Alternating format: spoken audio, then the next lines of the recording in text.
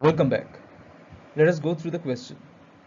The blades of a windmill sweep out a circle of area A. If the wind flows at velocity v perpendicular to the circle, what is the mass of the air passing through it in time t? The volume of the wind is AV, where A is the swept circle and V is the velocity.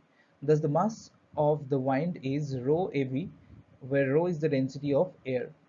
Hence, mass of wind flowing through windmill in time t is rho AVT. The blades of a windmill sweep out a circle of area A.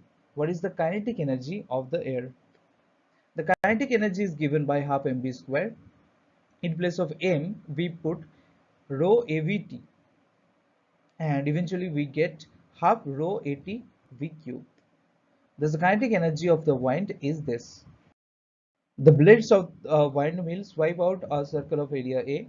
Assume that the windmill converts 25% of the wind's energy into electrical energy, and that A equals 30 meters square, V equals 36 kilometer per hour, and the density of air is 1.2 kg per meter cube. What is the electrical power produced?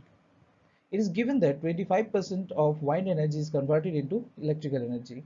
Thus, the electrical energy produced is 25 by 100 into half rho AT V cube, which gives us 1 by 8 rho AT V cube. Now, the electrical power is given by energy by time. We have already calculated the energy, which is this. Now, if we divide it by time, we get 1 by 8 rho A V cube. And if we put the values of rho A and V, eventually we get 4.5 kilowatt.